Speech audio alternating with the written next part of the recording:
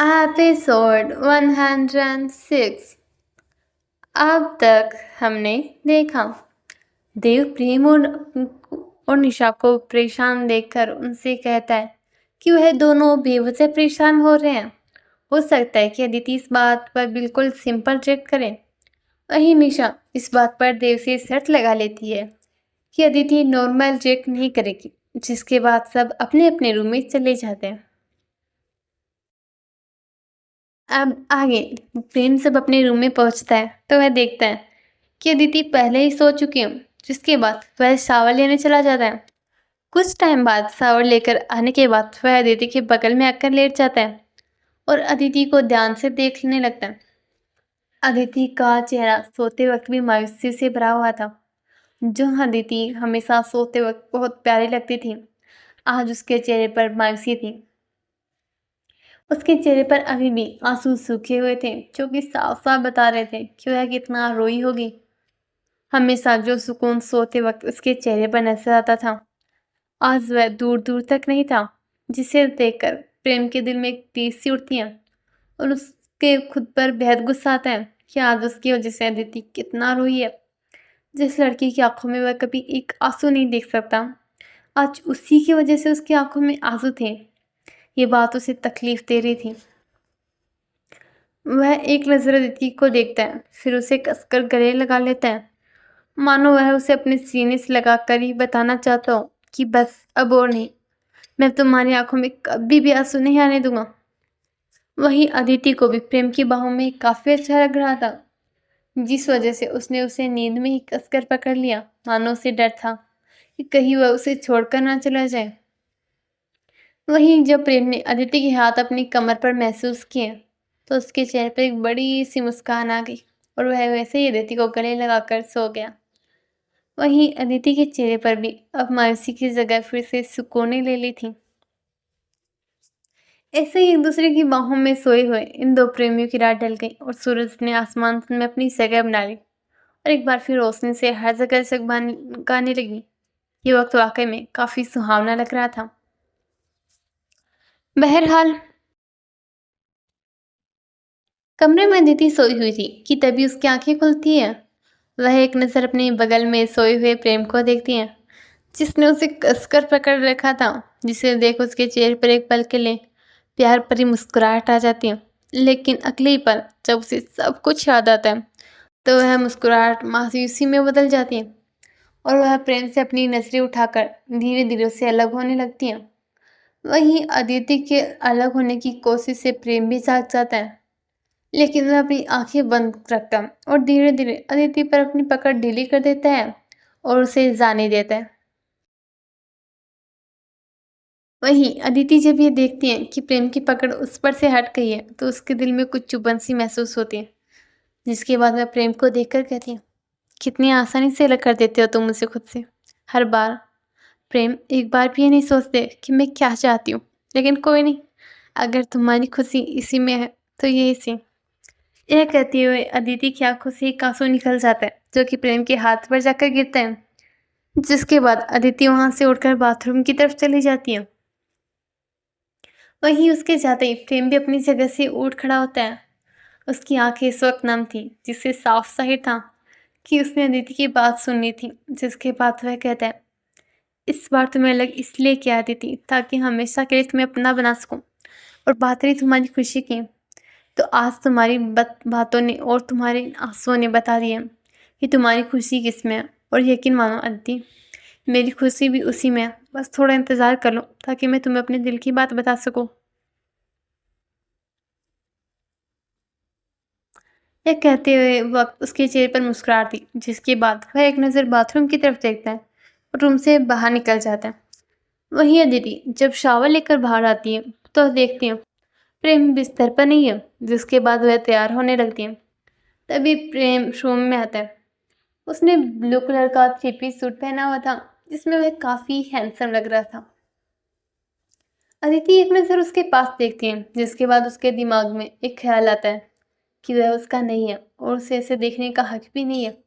इससे सोचकर उसके दिल में एक दर्द सा उठने लगता है और वह उस पर से अपनी नज़रें हटाकर वापस तैयार होने लगती है। वहीं प्रेम उसे ऐसे खुद को इग्नोर करता देखता है तो उसे बुरा लगता है, लेकिन वह उसके साथ करने की वजह समझ रहा था, इसलिए वो उसके पास जाकर बात करने की कोशिश करते हुए कहता है, ओ यहाँ तुम रूम में तैयार हो रही थी इसलिए मैंने सोचा मैं दूसरे रूम में चला जाता हूँ। उसने ये कहते हुए एक नज़र अदिति की तरफ देखा, जिसे देखकर लग रहा था कि उसने उसकी बात सुनी तक नहीं है, जिससे सोच और उदास हो जाते हैं। उसे अदिति का ये उदास रहना और उससे बात न करना बिल्कुल भी अच्छा नहीं लग रहा था।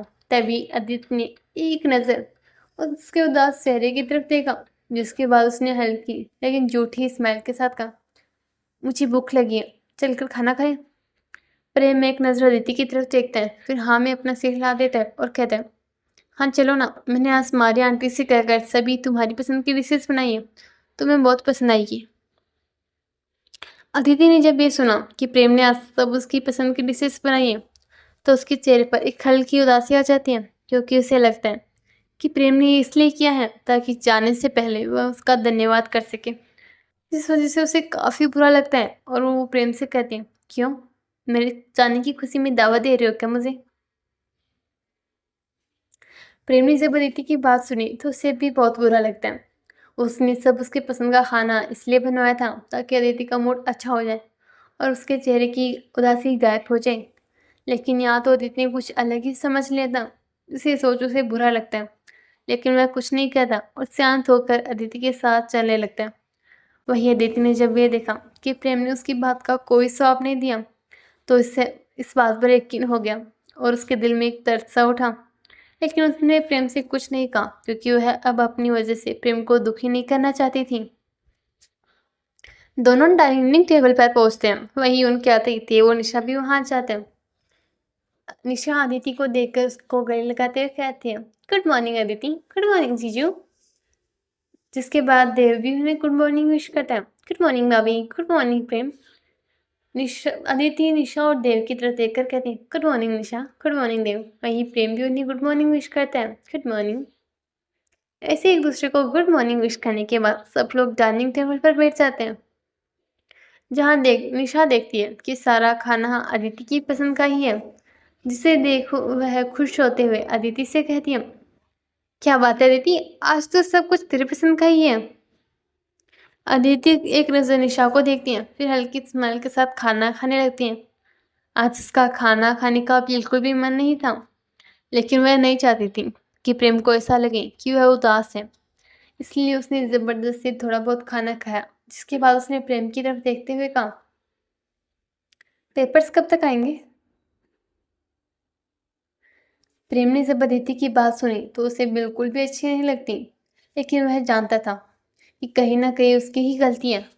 वहीं देव और निशा भी अदिति की बात सुनकर काफ़ी उदास हो जाते हैं। वहीं निशा इस बात पर जाता है कि सच में अदिति आज अपने व्यवहार के विपरीत पेश आ रही है। जब उन्होंने सोचा था कि वह प्रेम से बात नहीं करेगी, उसकी जगह वह तो प्रेम के साथ बहुत नॉर्मल बिहेव कर रही है, जैसे उसके लिए जो भी हो रहा वह मायने ही नहीं रखता। वहीं अदिति जब ये देखती है कि प्रेम कोई जवाब नहीं दे रहा है, तो वह अपनी बात को दोहराते हुए कहती है, क्या हुआ, तुमने बताया नहीं कि पेपर्स कब तक आएंगे?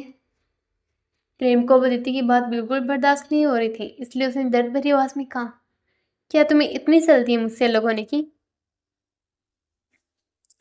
प्रेम की बात सुनकर अदिति के हाथ एक पल के लिए रुक जाते हैं और वो अपने मन में सोचती हैं कि आखिर जल्दी किसे है, मुझे या तुम्हें? प्रेम, मेरा बस चले तो मैं तुमसे कभी अलग ही ना हूँ, लेकिन वो कहते हैं ना कि आप ज़बरदस्ती अपने साथ किसी को बांध कर नहीं रख सकते।